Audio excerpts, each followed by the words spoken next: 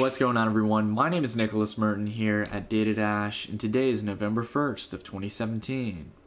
Well, folks, in the coming weeks, we're going to be experiencing one of the largest events in Bitcoin's history.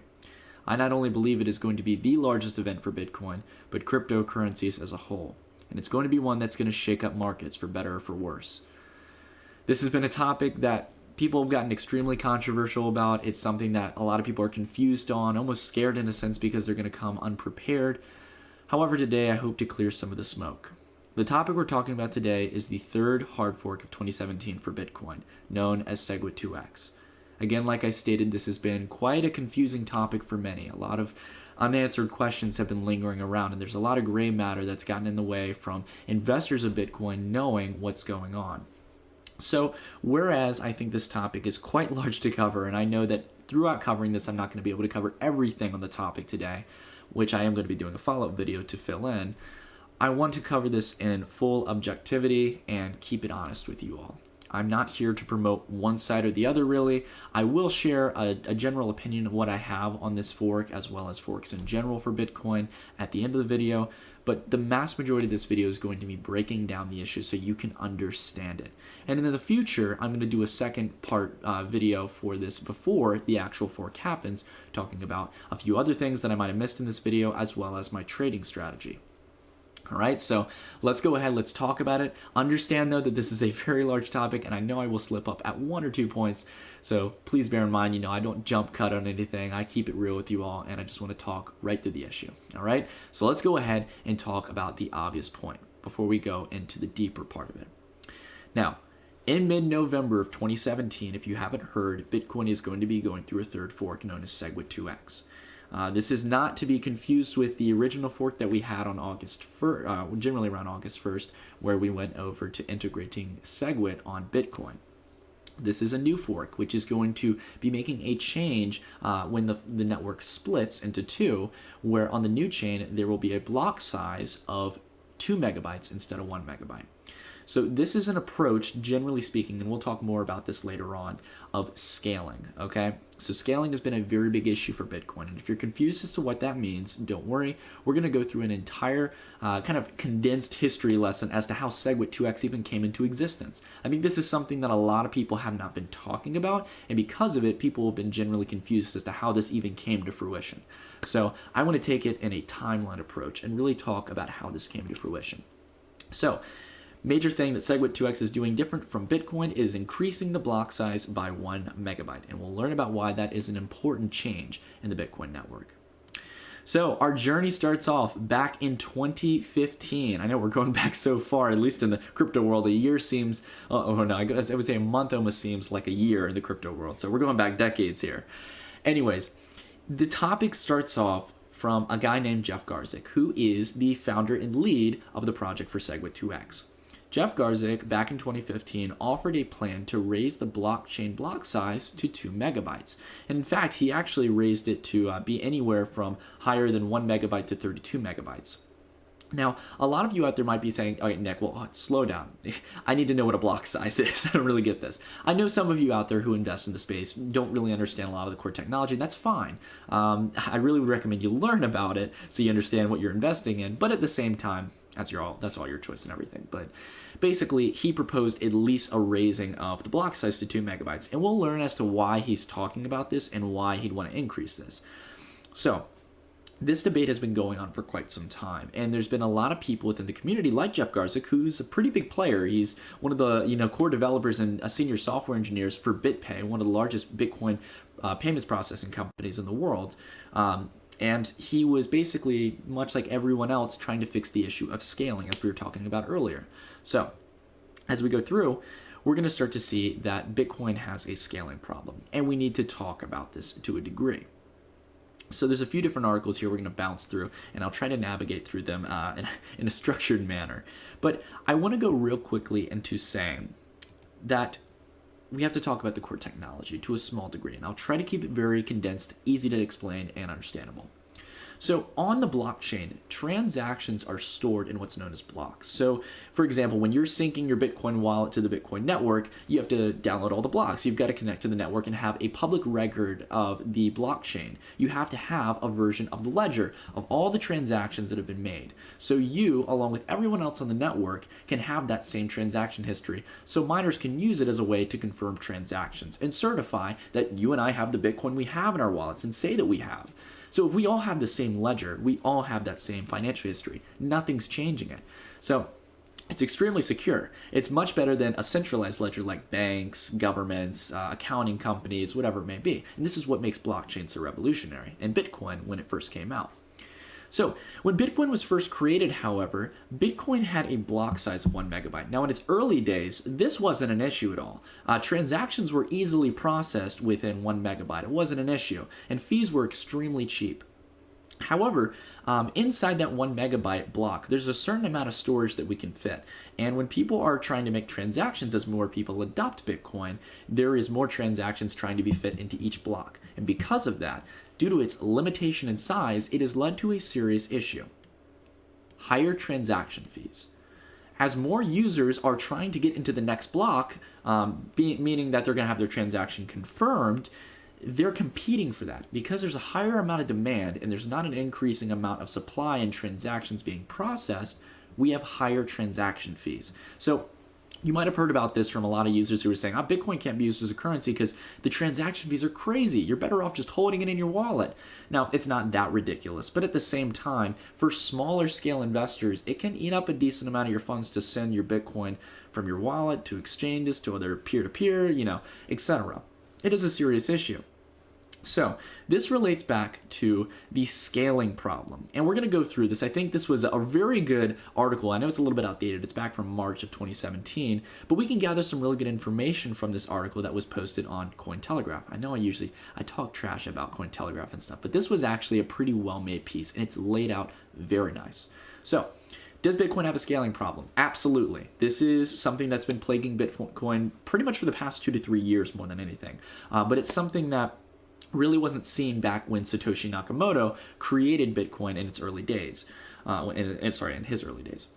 But despite the many improvements that have been made on the Bitcoin network, there has been some debate going over the scaling issue. This is something that's lingered Bitcoin for a while. And the scaling issue has to do with a few different things as we scroll down through the page. The problem lies in the sense of the block size limit, as we talked about. So the current limit, like I said, is 1 megabyte. So there's been lots of debate in the community as to how we could fix this issue. Now, what is the ultimate solution? Well, surprisingly, a lot of people don't know. We could actually just do what Jeff was saying. We could increase the block size, and we can make it 2 megabytes, 5 megabytes, 10 megabytes, 200 megabytes. We could really do whatever we want in regards to that. However, there are some setbacks that come with it, as we'll talk about later.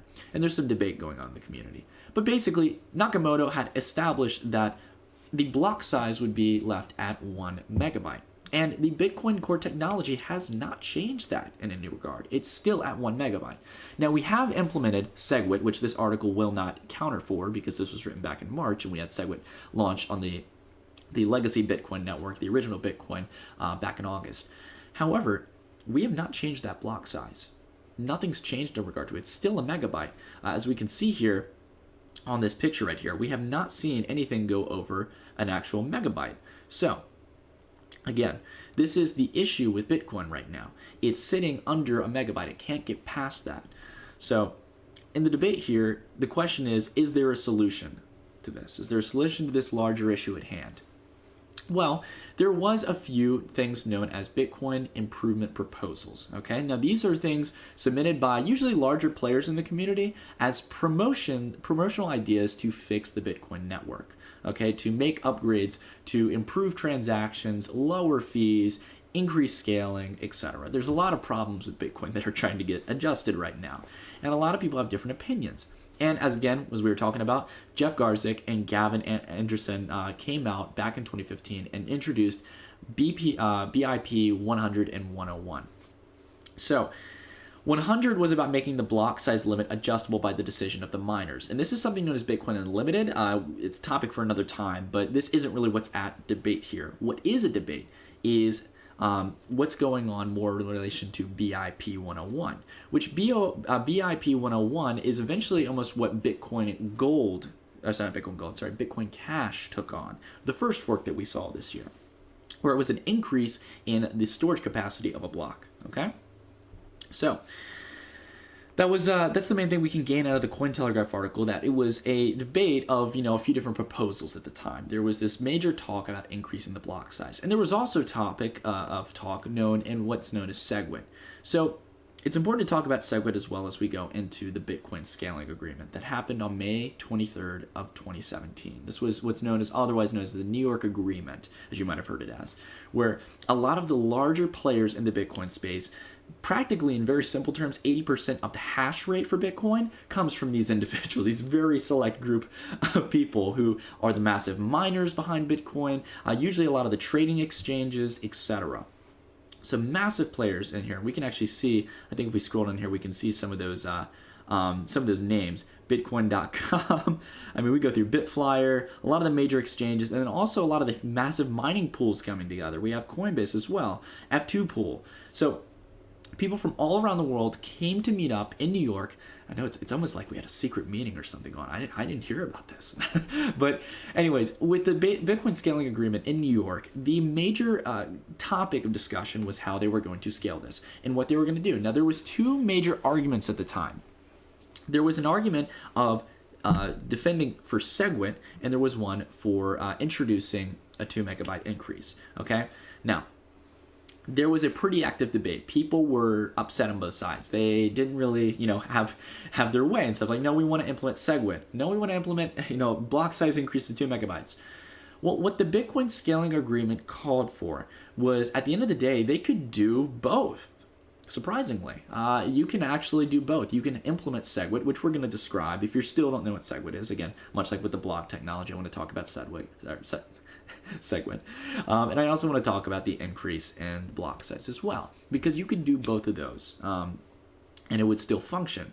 So as we go through, before I go on to talking about Segwit and this whole kind of thing, again, if you don't get enough information by the end of this video, I recommend, as always, I love referring resources so you can keep on learning. Go check out this video by Andreas Antonopoulos. One of the best videos that came in early on talking about this topic. He's someone in the space I highly admire, and I recommend you go check out his video talking about it because he does break it down very well. However, there was really a topic of debate here in regards to Segwit. Segwit itself is a way that we could shrink the amount of space that an individual transaction takes up inside of a Bitcoin transaction.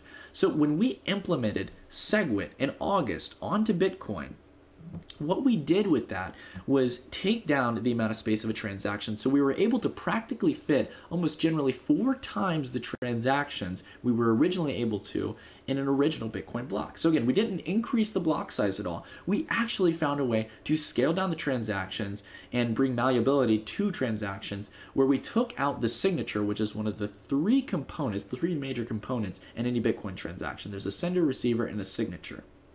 Well, it turns out you can actually remove that signature from the main core part of the transaction, and it actually reduces the amount of space you use. It cuts down on a lot that you really don't need to use. And the community had realized this for a while, and they finally agreed to implement Segwit. And so far, it's been operating completely fine. However, in August, when this happened, when we implemented Segwit on the Bitcoin legacy, as we can see here, we have Segwit activated and no increase in block size, we had a new forked currency. And this was the rise of Bitcoin Cash. As you all probably know, this was the first forked currency that came out, and a lot of people were like, oh, this whole fork idea sounds crazy. We don't want to touch this. And some people were really ecstatic about it because they believed in what Bitcoin Cash was doing. Basically, what Bitcoin Cash said was, no, we don't want this fork. We don't agree to the New York Agreement. We want to create Bitcoin Cash, and we want to create an increase in the block size. Okay, so Segwit was implemented first. It's good to kind of get that down. In the New York Agreement, they agreed that it would be done in phases. Okay, so you've got Bitcoin implementing in Segwit, and then it was supposed to be moving towards implementing Segwit 2x. But it's turned out that a lot of people in the community are now pulling out of that agreement. So we're creating a new forked currency. And this is leading to the 3 different major forked currencies. Now, if you're wondering how Bitcoin Gold plays a role in this, it really doesn't. It's a completely different debate. It's a different forked currency.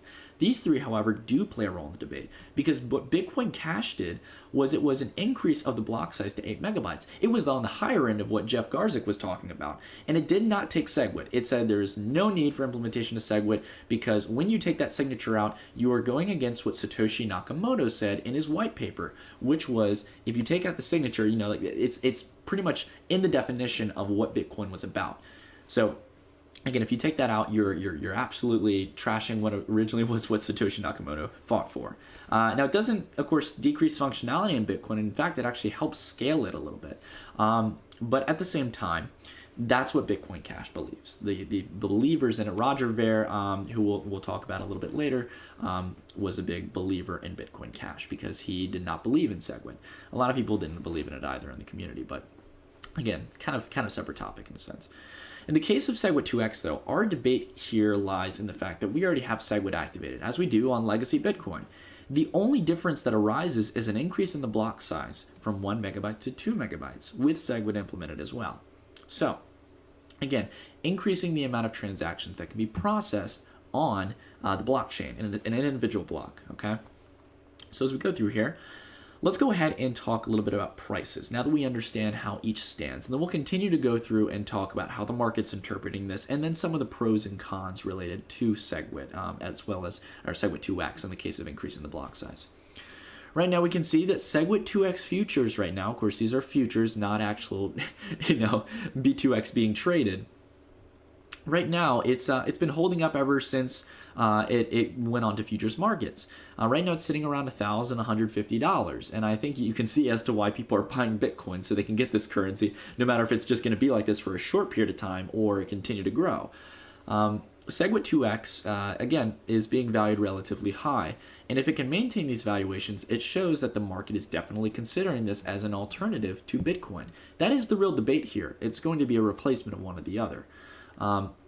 As we go through, we can see Bitcoin Cash has been trending as well, definitely percentage-wise more to the upside recently than Segwit 2x. However, Segwit 2x is right now in its sense of its futures being valued way higher than Bitcoin Cash. But again, when it hits markets, that's where the real determination happens. That's when we as a general public really get to decide whether or not we're going to be holding our Segwit 2x once we get it in our wallets.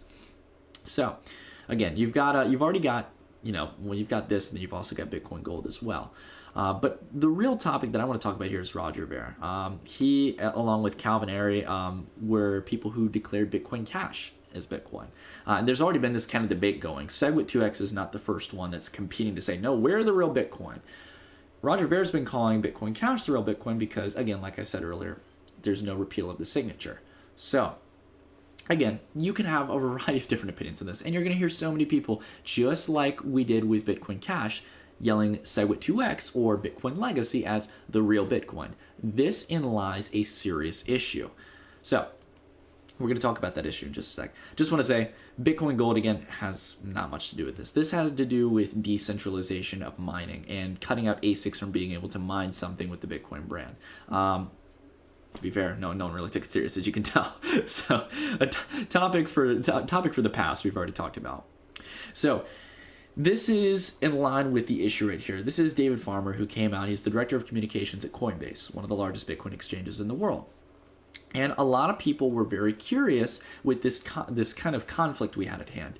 With Segwit 2x coming out, even though we're referring it to Segwit 2x, a lot of people in the community who like Segwit 2x said, no, we're the real Bitcoin. And then you have Bitcoin over here saying, no, we're the real Bitcoin. And you can obviously tell which one's which off of their features and functionality, but it does lead to a question. Which one is the real Bitcoin? And I think this is going to play a very large role in the sense of labeling how we are interpreting Bitcoin and Segwit 2x. And which one is the real Bitcoin? At the start, Coinbase came out in stating that the original Bitcoin will be claimed as the original Bitcoin. And Segwit 2x would be labeled as Segwit 2x or B2x or Bitcoin 2x. So it would be very clear that the original Bitcoin is still hold the main name itself, and it would not be able to get stripped away and given to another forked currency just that quick. However, Coinbase the next day was very quick to retrace their statement. And they decided that they are going to call the chain with the most accumulated difficulty, meaning probably more miners coming into the space, the real Bitcoin. Okay? So, again, there's a lot of uncertainty right now. Which one is the real Bitcoin? No one really knows. It will be determined at the end of the day by us, the community. This is a very important thing to keep in mind. As much as we might, want to complain about forks and stuff, and this might be something that we don't want happening. At the end of the day, we do make that decision. We are the ones who adopt it. We're the ones who make the mass majority of transactions. We're the ones who are going out and promoting it to family and friends. You're the one who decides it. And you get to choose which one you want to hold or sell, or if you want to hold both, whatever. And that's one of the beautiful things about cryptocurrency. But again, as we go through, I want to get more talking about some of the pros and cons of each side. Before we hop into that, though, I got to give a shout out to my man, Michael here, Box Mining. Box Mining did a great video talking about the overall issue. He did a great job talking about the issue at hand with kind of how there's different kind of players that have different interests on the issue. And along with that, I think he covered something. I love that he was listening to his community on this. Someone in his community pointed out that Jeff Garzik is working on an ICO right now. Now, of course, you have a lot of people in the cryptocurrency space come through and they'll buy into or helping certain ICOs, or they'll work as an advisor, but he is the lead on this project. So I don't think there's much of a conflict of interest, but the fact that there's someone who is working with an ICO leading the next forked currency for Bitcoin, a little odd. I think you should establish your priorities more than anything. But again, I was really happy Michael covered that and everything. And I recommend, just like how I did with Andreas Antonopoulos, recommend you go watch that video if you still want to learn some more. Great video to go to and learn a little bit more. And love my man Box Mining. All right, so here is the debate at the end of the day. BlockGeeks has a great article talking about both the arguments against a block size increase as well as arguments for the block size increase. This is really what we're debating here. Again, we're not talking about Segwit. Segwit's already been implemented. The question and the difference between the two currencies is going to be the block size increase. Is it good or bad? Well, let's go ahead through these and I'll try to break them down. So, for the arguments against the block size increase, miners will lose interest because transaction fees will decrease. So seeing as we're increasing the block size, we can fit more transactions into a given block. So for example, if we double the block size, in very simplistic terms, we would be able to double the amount of transactions that we can do. Sounds nice. And not to mention, seeing as we're doing that, we're pretty much halving the cost of the fees. So if you're paying, for example, just in very simple math terms, if you're paying $5 for a transaction in the equivalent of Bitcoin out to the miners who are processing your transaction, well, $250 of that is going to go away. Now you're only have to pay $250 for your transaction. It sounds like a win-win, right? That's good for us. And not to mention, miners can process more transactions, as we'll see down here. And that will, seeing as we're increasing the block size, they'll be able to do twice as many transactions. So it kind of neutralizes itself out. Sounds like a good argument. However, there are some issues that arise from this, okay? As much as it might seem like it's neutralizing itself out, it's not a pure half and half split. It doesn't just completely clear itself out. There are some discrepancies, but there's also some other things to consider as well. So again, I would say cut out these two main arguments. I really don't see them as an issue. The real issues come in the next few arguments. Some people say that Bitcoin shouldn't be used for everyday purposes. Now, this is something I've been talking about a little bit. I got to say, at the end of the day, we can scale Bitcoin all we want, but it is not going to be the currency of the world. It will be very much, I think, almost seen as a digital commodity, as it is now. I mean, think about it. Do we talk about, oh, yeah, I used Bitcoin to go buy some groceries the other day? No, you talked about, yeah, I bought some Bitcoin and I'm holding it. You're investing in it. That's why we use the term investing in cryptocurrencies. Right now, crypto is almost serving as a digital commodity system where we're holding things that we hope will grow in value. And currencies can grow in value comparative to other things. Sure, that's exactly what Bitcoin's doing compared to the dollar. But again, it's an investment right now. We're not really using it to pay for things in most regards. Some people do, but it's more used as an investment right now. The other thing is something that, again, I feel pretty passionate about. It will split the community. Again, the block size increase will inevitably cause a fork in the system. There is going to be a split in the network. And again, I think we will pick one side or the other, but it is going to dismantle a lot of the infrastructure for the original Bitcoin if we split it off into two. Now, whatever side we choose, again, I think a lot of it will fix it. But this really might destroy the harmony of the community and might build a very hostile competitive nature between the two. So, again, another thing to keep in mind. It will cause increased centralization. Now, out of all of the 4 that they had listed on here, this is the biggest issue to me. It will cause more centralization because seeing as you're increasing the network size, because of this, processing power required to mine will increase. And because of that, smaller mining pools, people who are working on much smaller scale, will have a harder time actually being able to apply their mining powers comparative to the large pools. Large pools will be in a much better position. And this is definitely something to keep concerned about because we've been talking, much like with Bitcoin Gold, that we want to decentralize the mining powers. We want to make it so more people can get involved in it. And it isn't looking like we're going towards that. So when you increase the block size, you inevitably have this worry that it's going to cut out a lot of individuals from the space in crypto who want to get engaged in it. So, again, general worries to keep in mind. Along with that, we also have arguments for the block size increase. There are some added benefits. Seeing as, of course, we're increasing it, there's going to be an increased amount of transactions. So this will be great for the end user in the sense of reduced transaction fees. We might be able to actually use Bitcoin like slightly like a currency again. However, again, the argument for the processing of transactions, again, I cross both of them out right now. It's not really a general worry for me. The real worries, the actual things that are beneficial for block size come from the bottom. Bitcoin needs to grow more and be more accessible for the common man. If Bitcoin doesn't change, then there is a very real possibility that the transaction fees will go higher and higher. And when this happens, this is a very good point, if the transaction fees got too high, let's say for example that I hold 0.5 Bitcoin in my wallet, and the transaction fee gets up to 0.2 Bitcoin per transaction. Of course, a little exaggerated, but let's say it got to that point. Well, I can't send a transaction to my friend. The max I can send is 0.3 Bitcoin because I have to pay 0.2 Bitcoin to even pay for the transaction in the first place. So now my Bitcoin's just sitting in a wallet. It's almost like it's gotten lost in the Bitcoin network because I'm not going to send it unless I can actually pay a reasonable fee.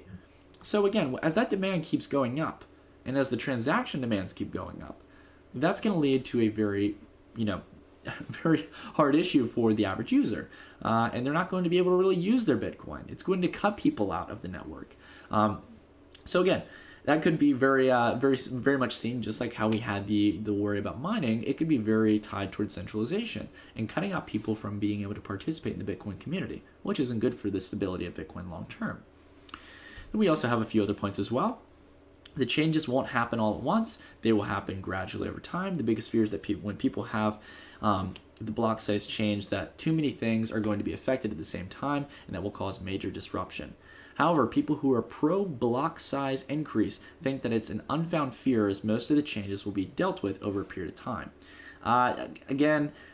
This isn't too much of something I'm debating and stuff. I really think it's something that change takes time. Again, not really too much of a point and stuff, but not against it as well. There's a lot of support for block size increase already, and people who don't get with the times may get left behind. Okay, this wasn't really much of an argument either, but anyways, I think generally speaking, you do see a lot of people talking about Bitcoin Cash, and the one thing that Roger Ver keeps on saying, much like a lot of other people, is you can now make very easy transactions. It has fixed a lot of the issues of scalability. And has allowed for more people to process, and people are still, mining Bitcoin Cash, and it's processing transactions, and things are happening just like they did on the Bitcoin network. So I think that's your biggest, really argument. You could say turn towards Bitcoin Cash, like it's functioning, it's doing fine. Like, are the worries that you have for increasing the block size still legitimized when you have Bitcoin Cash operating? That would be a point that I'd like to see here. But again, recommend you read through the article and stuff. Definitely one of the more kind of, I think, outdated ones. This one wasn't, I think, too recent. I don't know if it has a date on it, but yeah, definitely a good article to go through and everything. So there's been a lot of political controversy in the space. I know, right? And after 2016, do we really want more politics? Now we got it in the crypto space. Well, there was a lot of confusion. Charlie Lee had come out with a tweet saying GB Miners, one of the large mining pools, had come out in support of going against Bitcoin, Segwit 2x, and they were part of the No 2x movement. It turns out GB Miners has not pulled out. This is something I just wanted to clarify for those of you out there who keep up with the different mining pools. They have not pulled out, and they're still in support of the Segwit 2x agreement. Along with this, this is the thing you really want to watch. A lot of you are asking, like, how do I keep on top of this? How do I know if generally, markets are going to adopt, and generally just, the large mining pools as a whole, because they do play a role into Segwit 2x. This is what you watch right here. This is the Bitcoin proposal support right here. And you can see how the mining pools are supporting it. So if you see, for example, the blocks mined today who supports Segwit 2x and the mining pools, if you see that number continue to decrease, which right here you can see, this number continues to go down, that's a concern for Segwit 2x. And that shows that a lot of people who originally agreed in the New York agreement are slowly tethering out of it and most likely going to go back to Bitcoin Legacy, and it's going to be yet another failed fork.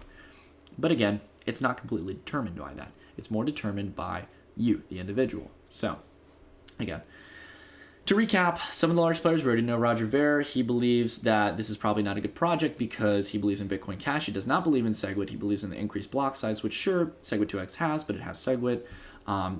We can see Charlie Lee and his name has no 2x. He believes that this is, again, much like other forks, ripping at the Bitcoin brand. This is something that we hear a lot traditionally in crypto, and I can agree with to a pretty high degree.